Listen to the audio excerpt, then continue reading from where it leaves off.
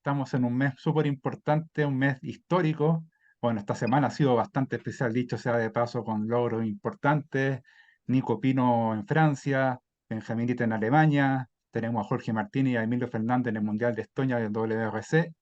Pero hace justamente 20 años exactos se logró uno de los últimos grandes, o quizás el último gran resultado en monoplazas, en categorías de pista en Europa. Una victoria, algo muy poco usado para el deporte motor chileno. Y aquí estamos con el protagonista de aquella gesta. ¿Cómo pasa el tiempo? Pablo Donoso Prado, 20 años, parece que fuera ayer. ¿Cómo se siente este paso del tiempo que no es incesante? Hola Ignacio, bueno, como tú dices, ya han pasado 20 años de esa carrera en Alemania, en Lausitzring. Eh, ¿Qué te puedo decir? Sorprendente cómo pasa el tiempo, pareciese ser que no fue hace mucho, pero fue hace harto, la verdad. Fue una muy buena carrera, era un circuito que no conocía, la verdad. La primera vez que estaba en ese campeonato, en las World Series, categoría que llevó a la Fórmula Uno a Fernando Alonso, Sebastián Vettel, a varios pilotos conocidos. Y en ese momento era la categoría más rápida del mundo de lo que sería un Fórmula 3. Eran autos que tenían efecto suelo y un motor de 250 caballos, muy liviano para lo que son hoy día los fórmulas de este tipo. Y me sentí bien desde el principio, era la tercera y cuarta fecha. Pero disculpa, Pablo. Fui rápido. ¿Cómo? Disculpa un poco para entrar en contexto. Antes de llegar a esa fecha de Alemania, hablemos un poquito de lo que fue los meses previos, que fueron súper intensos, que tú venías de ser subcampeón de Fórmula Renault en Argentina, habías probado un Fórmula BMW en España, con súper buenos resultados, de hecho. ¿Cómo se dio primero que todo el paso a Europa definitivo? Porque eran tiempos bien complicados, estaba solamente el liceo en Estados Unidos, pero en Europa no habían chilenos. Sí, era una etapa que el automovilismo chileno estaba súper, no era muy fuerte, la verdad. Creo que no ha cambiado mucho hoy en día, a excepción de algunos casos puntuales, como nombraste, y del caso de Nicolás Pino, que hoy día está entregando buenos resultados. Era una época que había estado Christian McKenna un par de años antes, pero ya había dejado de correr. Entonces, luego de mi resultado en la Fórmula Renault Argentina, que terminé segundo el campeonato, lo peleé hasta la última fecha, y lo que más hizo que esto sucediese fueron los buenos resultados en la Fórmula BM Junior Cup. A esa categoría me invitaron a correr, fui a la primera fecha a España, Jerez de la Frontera, y también gané. De hecho, ese fue mi debut en Europa. Creo que eso fue el punto de quiebre en el quedarme en Chile y no dedicarme al automovilismo o dedicarme al automovilismo profesionalmente. Y fue una victoria que ni siquiera yo con mi papá esperábamos. La gestionó Cristian Maquena, que fue mi manager en esa época. Él consiguió la invitación y fuimos a España en último momento porque se suspendió una carrera en la Fórmula Renault Argentina por un accidente de un compañero de equipo. Entonces llegamos a Europa, me senté en el auto, hice la butaca, salí 2 entrenamientos atrasados por todo esto que no lo teníamos planeado. Y Jerez de la Frontera se me dio bien, en una pista que la conocía en el simulador. Yo ya en esa época, te estoy hablando del año 2000, 2001, 2002, ya tenía simulador en mi casa Mira, y lo ocupaba para entrenar constantemente. Fui rápido de inmediato y gané esa carrera. que no era El el único año, chileno, dicho sea de paso. ¿cómo, perdón? No era el único chileno en esa competencia. No, no era el único chileno porque, como te digo, la categoría estaba buscando pilotos sudamericanos para integrarlo a esta Fórmula BM Ibérica, que era un campeonato portugués-español. Eh, Hablaron con Cristian y nosotros rechazamos en un comienzo la invitación debido a que teníamos la Fórmula Renault. Yo ya estaba en mi tercer año de la Fórmula Renault, estaba peleando el campeonato. eh, Quedaban varias fechas, pero lo más probable con el rendimiento que tenía a esa altura es que pelease el campeonato. Entonces prioricé la Fórmula Renault, un poco con dolor, porque imagínate, tener la chance de poder correr en Europa no es algo común. Eh, Se había dado en un momento que no lo esperábamos. Había sido un par de semanas antes del accidente de mi compañero de equipo, Matías Rico, en Río Cuarto, con consecuencias fatales. Y llega esta invitación a correr a España. Eh, yo me emocioné bastante, me puse a entrenar harto en el simulador en este caso.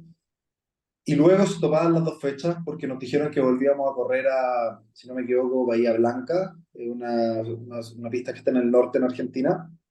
Pero a los sudamericanos no todos los autos llegaron listos y la organización decidió suspender esa carrera. Suspendieron esa carrera cuando yo ya estaba en Argentina, estaba en Buenos Aires. Y nada, pues nos quedamos con las ganas de correr, tanto en Argentina como en Europa. Y ahí uno puede ver la pasión que tenía mi papá y la pasión que tenía yo en ese momento por el automovilismo. Que desde Argentina empezamos a hacer las gestiones, compramos dos pasajes, arrendamos un auto, avisamos a Europa que iba a llegar porque iba a llegar tarde y partimos a Europa. Una locura. Llegué el día, llegué el día viernes a las 11 de la mañana a la pista. Luego de haber llegado a Madrid, de Madrid tomar un vuelo hacia Jerez de la Frontera, arrendar un auto, llegar a la pista. Llegué y obviamente no podía salir a la pista porque tenía que hacerme la butaca.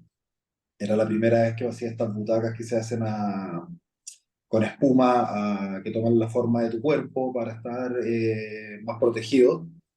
Hicimos la butaca, la cortamos, ni siquiera pudimos sellarla y los mecánicos me dejaron salir al tercer test de ese día y me acuerdo que me puse en cuarto lugar a alrededor de un segundo y medio, era una diferencia grande que tenía con los líderes. Entonces mi papá estaba un poco nervioso, me decía, ¿tú creís que voy a poder mejorar ese tiempo? Y yo estaba muy tranquilo, tenía bastante confianza en esa época, la verdad que andaba mucho en auto, entrenaba en karting, corría en la Fórmula Renault. Y cuando uno está andando, uno llega a tener un mejor nivel, obviamente, y también una seguridad. La seguridad que uno tiene como piloto es clave. Te ayuda a enfrentar situaciones difíciles más relajado. Y eso creo que fue la clave. El día sábado ya partieron las carreras y remonté, si no me equivoco, me tocó largar porque se sorteaba la grilla, me tocó largar atrás y terminar adelante, y luego me tocaba largar adelante y ya me metí en segundo lugar, si no me equivoco. Entonces, para el día domingo, la carrera final estaba muy tranquilo, creo que tenía el ritmo para pelear un podio, esa es la meta. Pero se dieron las cosas, terminé pasando los dos autos de adelante y gané. Y nos encontramos con una situación inesperada en ese momento.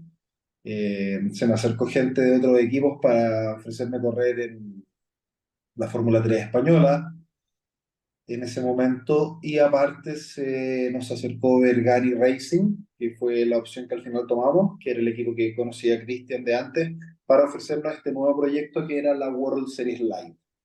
La World Series había sido solo una categoría, la categoría de donde salió Ricardo Son, donde corrió Ricardo Sonta, donde corrió Fernando Alonso. En esa época era una sola categoría con algo así como 25 autos, bastante conocida a nivel europeo, autos muy rápidos.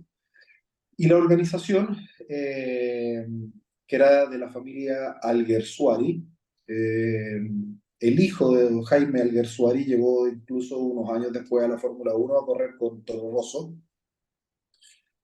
Decidieron dividir esta categoría y hacer dos categorías. La categoría más rápidas de Fórmula 3, que era la World Series Light, eh, que era implementarle a estos autos polleritas, un fondo plano y darles efecto suelo y ponerles el motor 2000 más potente del mundo en esa época, que era un motor AER, Advanced Engineering Racing, que era un motor contado con 250 caballos reales, era un auto que aceleraba de 0 a 100 en 2.8 segundos, eran muy livianos, llegaban a 260 kilómetros sin problema en Monza, y de hecho se limitaban por la caja que tenían, porque la velocidad del motor les hubiese permitido a los autos andar mucho más.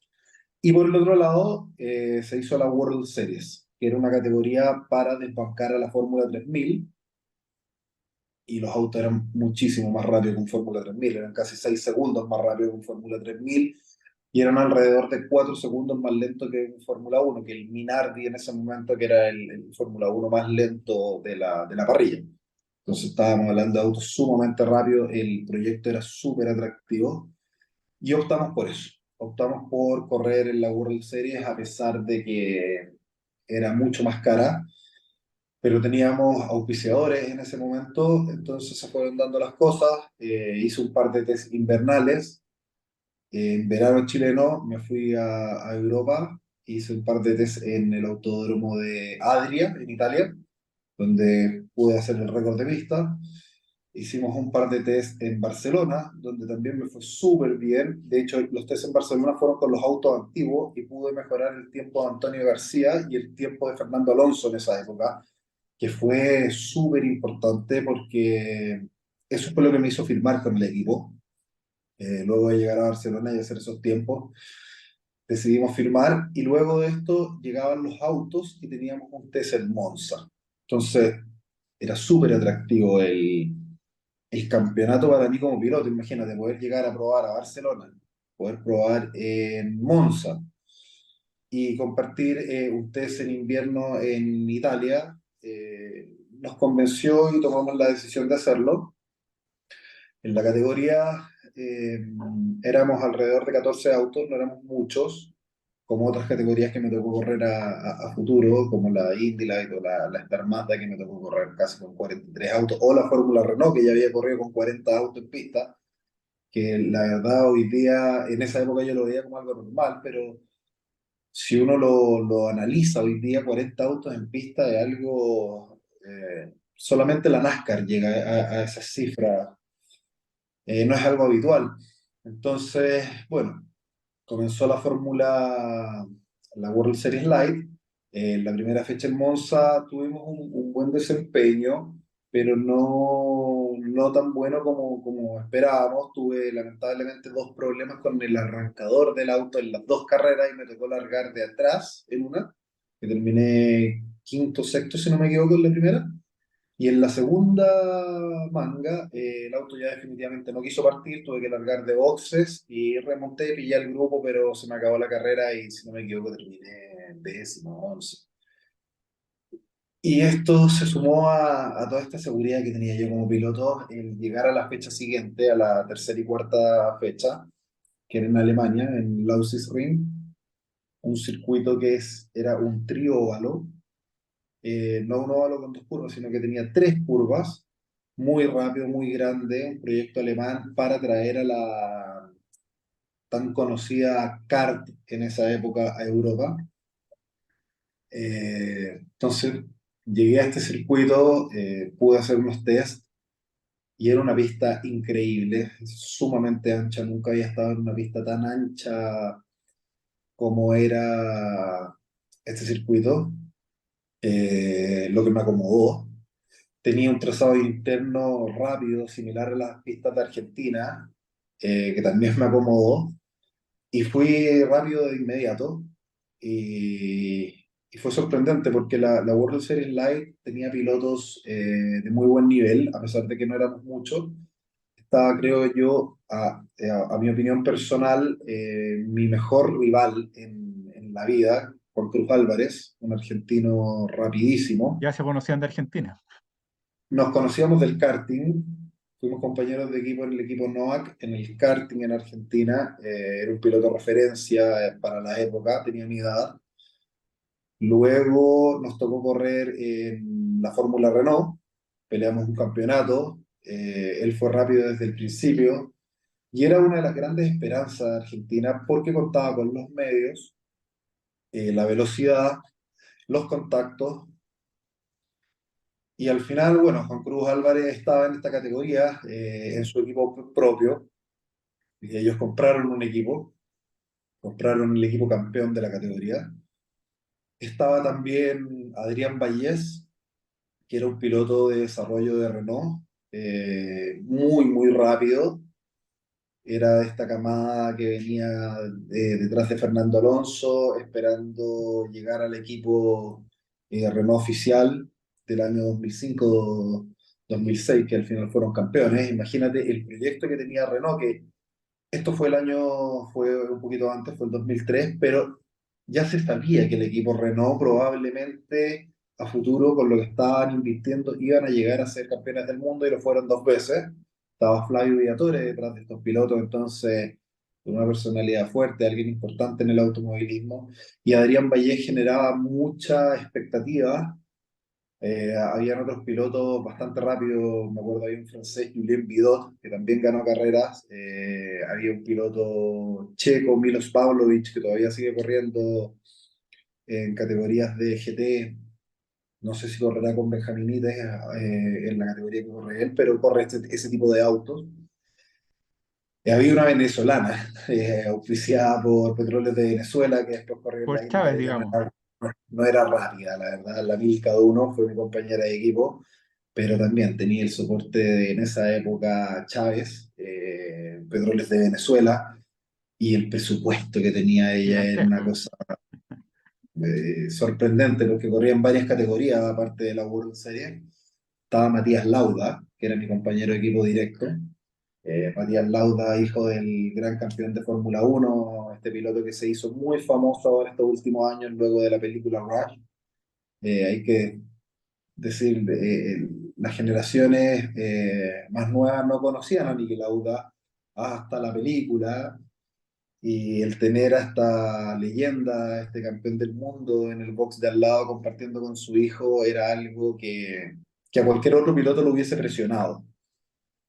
A mí me sirvió como un boost.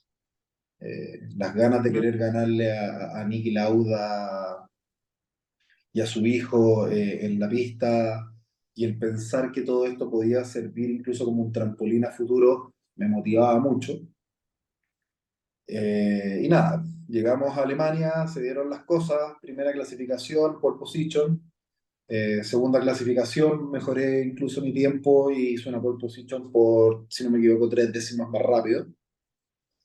Y se venía algo bueno el día domingo. En esa época yo contaba con la transmisión de TVN en directo, los comentarios de Fernando Solabarrieta, Alejandro Schmauk. Entonces, para la época era fuerte. Hoy día son pocas las categorías que tienen transmisión en directo en televisión abierta. En televisión abierta me atrevería a decir que no hay ni una acá en Chile, más allá de estas aplicaciones, pero en esa época nosotros teníamos televisión en directo en TVN, un canal bastante fuerte a nivel nacional.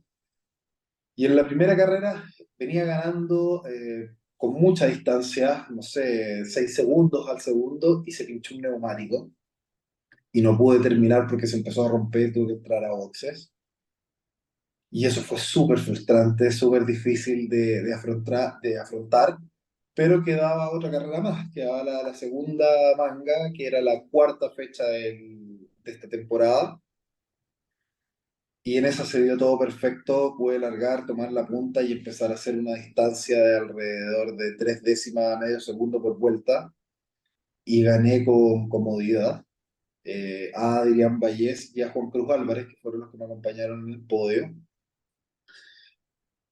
Y nada, pues empezaba a concretar el proyecto que nosotros teníamos en mente, lo que habíamos planteado en Chile, que podíamos ganar en Europa, que lo de Argentina no había sido un bluff, que la de la Fórmula BM Junior Cup no había sido suerte tampoco, y que a pesar de estar un poco bajos en el presupuesto, se podían hacer las cosas bien.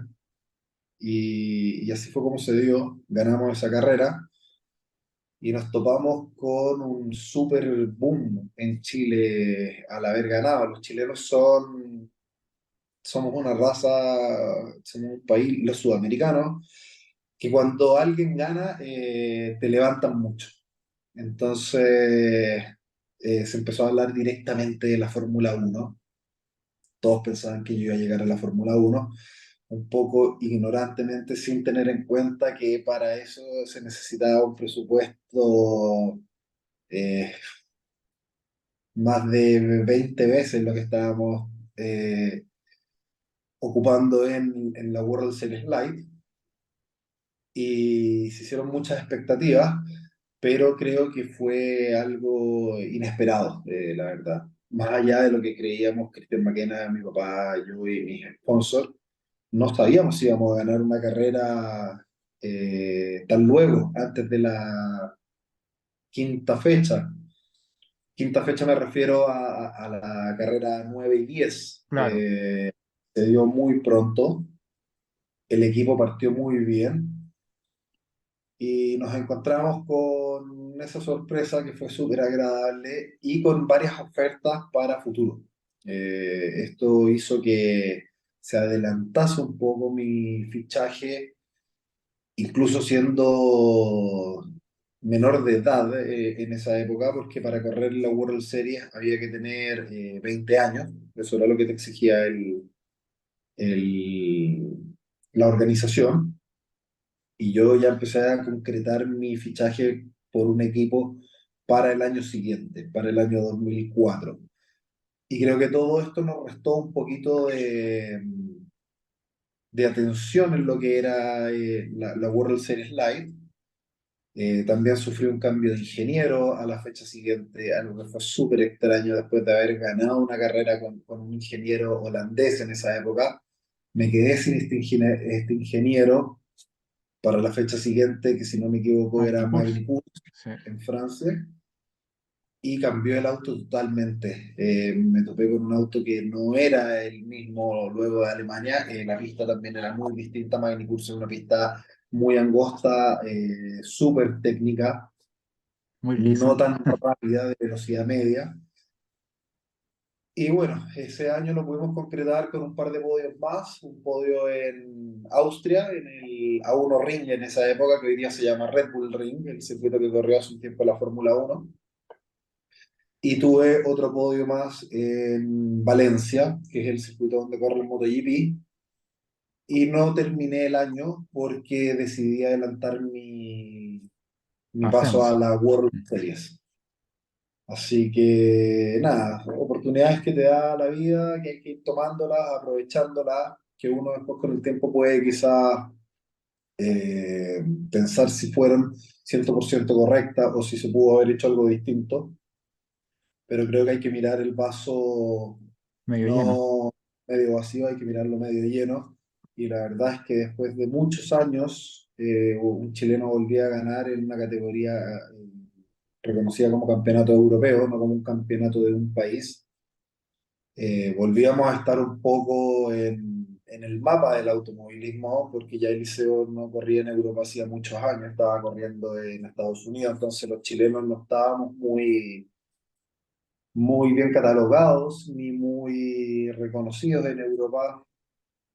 Y eso fue súper importante, fue muy bueno. Y como te digo, se empezaron a hablar cosas ya mayores, el entrar a la World Series grande, la chance de tener un test en Fórmula 1 que fue algo que al final no se concretó por los costos que tenía. Pero imagínate, tener 18 años, estar en eso, estar en ese mundo fue algo súper importante, sorprendente, el contar con auspiciadores chilenos y apoyo local. Fue algo bueno y que ojalá no se hubiese perdido por tanto tiempo como se perdió hasta hoy día. Vamos a ocupar otro live, Pablo, para hablar de la segunda pata europea en la World Series 2000, finales 2003, 2004 y después Estados Unidos, que fueron varias temporadas. Pero para asimilar un poco lo que viviste en esos años, llegaste a Europa con 17, cumpliste 18 a fines de 2003. eh, ¿Cómo viviste toda esa cantidad de cosas nuevas que se dieron en muy pocos meses? Argentina, BMW, World Series Live, ganar en Europa. ¿Cómo fue esa transición? Porque era un colegial en un mundo muy pro. Y aparte, ¿cómo viviste el mundo europeo? No sé, sé que viajabas mucho a Europa, Chile, pero me imagino algunas semanas, meses pasadas allá. ¿Cómo fue la vida? Porque tiene que haber cambiado muchas cosas en 180 grados. Fue difícil, no te puedo negar que fue algo difícil. Nunca tuvimos el plan concreto de, de hacer automovilismo profesional, porque sabíamos que era algo difícil, que contar con los medios era algo poco realista. Esa es la palabra correcta. A nivel chileno, contar con los medios como para poder hacer una carrera a nivel europeo y lo que todos pensaban acá en Chile era solamente la Fórmula 1, era poco realista, pero se fueron dando las cosas. El año 2002 fue un año súper ajetreado, súper una cosa tras otra. Y me fui encontrando con, aparte estaba en el colegio, tenía que terminar en esa época cuarto medio, en todo momento estaba enfocado en estudiar probablemente al año siguiente, y se fueron dando las cosas, pelear el campeonato en Argentina, pelear el campeonato en Europa, que terminé tercero en la Fórmula BM Junior Cup, segundo en Argentina en la Fórmula Renault. Empecé con varios test, viajaba mucho a Argentina por tierra, porque así podía ir con más chilenos, amigos míos que me pudieran ayudar. Alejandro Riquelme, Elcano, que mi preparador de toda la vida también viajaba conmigo. ¿Y por qué se podía viajar? Porque íbamos por tierra, pero esto era complicado porque viajábamos de repente 20, 22, 24 horas continuas para llegar a un circuito. Las carreteras no eran lo mismo que son ahora. El paso a Argentina era súper complicado, hubo veces que tuvimos que pasar a Argentina por el norte, vía Copiapó, otras veces cruzábamos a Argentina vía Pino Achado, en el sur, y luego teníamos que tomar carretera y ir hacia la pista. Argentina es un país gigante, entonces pasábamos muchas horas en el auto, muchas horas viajando, luego volví a Chile y me tocaba viajar a Europa, y aparte estar concentrado en el colegio, ¿no? Nunca tuve problemas en el colegio, nunca fue un tema como estar mal en las notas o poder repetir, que era como la condición que ponía mi mamá para que yo pudiese correr, pero igual era difícil el viajar tanto, pero me fui acostumbrando, lo fui llevando bien, me fui dando cuenta que ese era el camino, y terminó el año 2002. Comenzó el año 2003, también con muchos viajes, ya radicándome en Europa, y de un día a otro dije, wow, tengo que aprender a hablar italiano, porque viví en Italia y si me quiero comunicar bien con esta gente y quiero crear un lazo, que es súper importante, porque de repente los pilotos somos personas muy frías y los equipos, los mecánicos y los ingenieros también son personas súper frías, porque van conociendo pilotos y van cambiando de equipo, entonces tú estás conociendo gente del medio, pero no generas un lazo real. Entonces, me di cuenta que tenía que aprender a hablar italiano para generar este lazo con mi crew, con mi equipo. Lo hice en 3 meses, empecé a hablar en italiano, a moverme bien, fui generando toda esta buena onda dentro de mi lado del equipo y pudimos ganar una carrera. Creo que eso fue fundamental, el hecho de poder tener una relación con los mecánicos. Yo siempre he dicho, cuando un mecánico está dispuesto a quemarse las manos por ti, es porque estás haciendo las cosas bien como piloto. Y eso me pasó en mi carrera prácticamente con todos los equipos. Los dos mecánicos que tenía en mi auto se la jugaban todas y trabajaban hasta muy tarde, si había que reparar algo, si había que cambiar algo, si había que hacer un seteo de última hora, ellos lo hacían. Y uno puede pensar que esto es siempre así, pero la verdad que no es así. Cuando los equipos no te quieren o no tienen esa cercanía contigo como piloto, hay equipos incluso que son capaces de sabotearte, o equipos que no le ponen el cariño que hay que ponerle al auto. Entonces, son carreras de auto. Un auto que no tiene ese cariño y ese trabajo encima no va a ser un auto competitivo. Y nosotros lo logramos el año 2003 con Bergani. Y el año 2004 llegó una semi-oferta del equipo JD Racing, que querían contar con 2 autos. En uno de esos autos estaba Enrique Bernoldi, ex piloto de Fórmula 1, un brasileño, te podría decir, probablemente el piloto más rápido con el que me tocó compartir. La gente puede pensar, ah, no ganó en Fórmula Uno, quizás no era bueno, pero la camada de pilotos que llega a la Fórmula Uno y que no logra triunfar de repente porque son carreras de autos, eh, Es duro. es impresionante. De hecho, fue Algunos pilotos, compañero de papá de Max Verstappen, de Jos. claro, él fue compañero de del papá de Max Verstappen, de Jos Verstappen, y también fue compañero de Heinz-Harald Frentzen, Nada un menos. piloto que perdió el campeonato del mundo con un Jordan. Entonces, Bernoldi era un piloto súper preparado, muy rápido, muy bien físicamente, que tenía todos los medios necesarios de familia y de auspiciadores. Y yo era como el piloto joven que entraba al equipo y compartí con él, aprendí mucho, la verdad, de este piloto. Nunca había visto a otro piloto frenar tan adentro, frenar tan tarde como decían los italianos. Bernoldi hacía la estacata più stacata de todas. Frenaba más Encima, adentro que todo. Era impresionante y con las carreras que compartí con él fui mejorando mi frenada hasta poder frenar al nivel que frenaba él, incluso de repente un par de carreras y en algunas curvas más adentro, que me dio mucha confianza, pero lamentablemente ya a esa altura del campeonato estábamos complicados de presupuesto el año 2004, no habían aparecido auspiciadores nuevos y la World Series año a año se empezaba a poner más caro, que terminó en este desenfreno que fue el automovilismo durante esos años, que es lo que llevó a que la Fórmula Uno hoy día, año 2022, tenga este límite de presupuesto, porque hubo un momento que el presupuesto que se gastaba en las categorías del automovilismo era algo gigantesco. eh, poco pensado. De hecho, yo tuve algunas conversaciones, algunas ofertas para correr la GP2 en esa época, hoy Fórmula 2, y el presupuesto, te estoy hablando del año para el año 2005, ya eran entre 2 millones de euros a 4 millones de euros. Entonces, Bárbaro. nos fuimos encontrando en el camino con cifras sumamente altas, cifras de repente que uno puede decir, sí, quizás lo puedo hacer un año, pero ¿a qué costo? Exacto. ¿A qué costo para tu familia? ¿A qué costo para tus auspiciadores en ese momento? ¿O a qué costo para tus inversores? Porque yo incluso llegué a tener inversores en esa época, gente que apostó por mí, que me apoyó, que pusieron dinero de su bolsillo para que yo pudiese seguir corriendo y que hubiese un chileno corriendo a este nivel.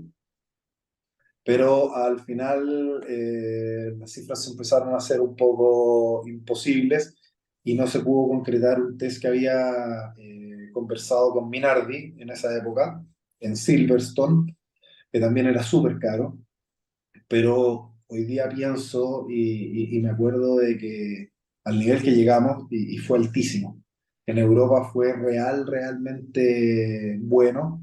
Quizás nos faltó un poquito más de preparación previa, haber planeado un poco más esto, quizás no haber elegido la World Series Light, quizás haber elegido la Fórmula 3 española, con el equipo de Emilio de Villota, el padre de María de Villota, que llegó a ser tester de Virgin Racing, que Exacto. de hecho falleció en un Fórmula Uno haciendo un test. Él nos ofreció correr en su equipo y era un equipo muy competitivo. Hubo otros equipos que también me ofrecieron correr. Hubo un momento que incluso pude correr la Fórmula 3 europea, donde corría Lewis Hamilton. Luego de ese triunfo en Lausitzring Ring, se me acercó gente de la Fórmula 3 alemana, donde corría Nico Rosberg, y quizás pude haber tenido estos cara a cara con estas grandes Era un leyendas de campeonato los... muy fuerte, la F3 Euro Series. La F3 Euroseries era espectacular, el costo era bastante más alto porque se viajaba por muchos países, eran estructuras muy grandes y había tremendos nombres, pero tuvimos el acercamiento de los equipos. Me tocó algo que no es común en el automovilismo. En el automovilismo uno tiene que buscar equipos, uno tiene que ver hacia dónde va. A En ti te mi carrera, buscaron. al menos, a mí me buscaban. Entonces teníamos carpetas y las poníamos en la mesa y decíamos cuál de estas opciones es la que más nos conviene. Y teníamos una reunión entre mi papá, Cristian Maquena, Pablo Vargas, que también trabajaba conmigo en esa época. No sé si exactamente tuvimos reuniones con él para la elección de los equipos, pero sí cuando hubo toma de decisiones importantes y veíamos qué íbamos a hacer. Y eso creo que fue súper importante, de repente uno no lo valora el haber tenido estas oportunidades. Y al final tomamos la que nos pensamos en ese momento que era la más viable, la mejor, la más razonable y para la que teníamos un presupuesto cercano y pudimos ganar. Entonces, esa es la tranquilidad que yo tengo hoy día, 20 años después. Eh, ya ha pasado mucha agua debajo del puente, pero la tranquilidad que yo tengo como piloto y creo que el sello que yo tengo como piloto y lo que me da un buen nombre aún, incluso tantos años después, en todos los lugares que corrí fue que yo gané carreras, que hice podios y gané carreras en las categorías más competitivas del automovilismo. Nunca buscamos categorías fáciles, siempre buscamos categorías de buen nivel, cosa que si podíamos ganar y se daban los resultados, nos sirviese como trampolín al futuro. Y todos estos triunfos, incluso en Europa, y el hecho de haber llegado a la World Series grande, siendo un piloto de menos de 20 años, fue lo que también me ayudó a futuro para poder entrar en Estados Unidos con condiciones bastante favorables y en equipos competitivos. Entonces, eso fue un poco lo que fue haciendo de mi carrera un buen renombre. Bueno, Pablo, agradecido de tu tiempo, sobre todo la cantidad de detalles, de temas, yo creo que algunos quizás nunca hayas comentado, de todas las opciones que tuviste. Maravillosa historia y tenemos harto más que comentar, así que esta es solamente una primera pausa, pero faltan hartos capítulos más muy interesantes y 20 años no son nada, dicen. Y bueno, hay hartas cosas que comentar, te agradezco y bueno, seguimos ahí conectados para un próximo episodio, Pablo. Bueno, agradecerte, conversamos harto tiempo de tratar de hacer este live y compartir esto. Tú eres una de las personas que más sabe de automovilismo en Chile. De hecho, tú me recordaste que se iban a cumplir 20 años de esta victoria. Yo no tenía idea, no soy muy bueno para las fechas. Y nada, feliz de conversar a futuro, hacer otros capítulos y conversar de otras etapas del automovilismo, porque la verdad que viví harto automovilismo en mi vida hasta que decidí retirarme y ya cortar con el deporte y enfocarme en otras cosas. Nada, agradecerte por el interés, agradecerte por volverme a hacer hablar de automovilismo, que es algo que me gusta mucho, que ya no lo hago tanto porque estoy en otros deportes, pero agradecerte por el interés de siempre y el seguirme durante tantos años, así que feliz de conversar a futuro en otra ocasión de otras categorías o de cualquier cosa que tú quieras conversar de mi carrera. Eso, Pablo. Ahora el hombre vuela bastante alto, pero eso lo dejaremos para otro capítulo más adelante. Abrazo, Pablo, a la distancia. A partir de Chao, chao.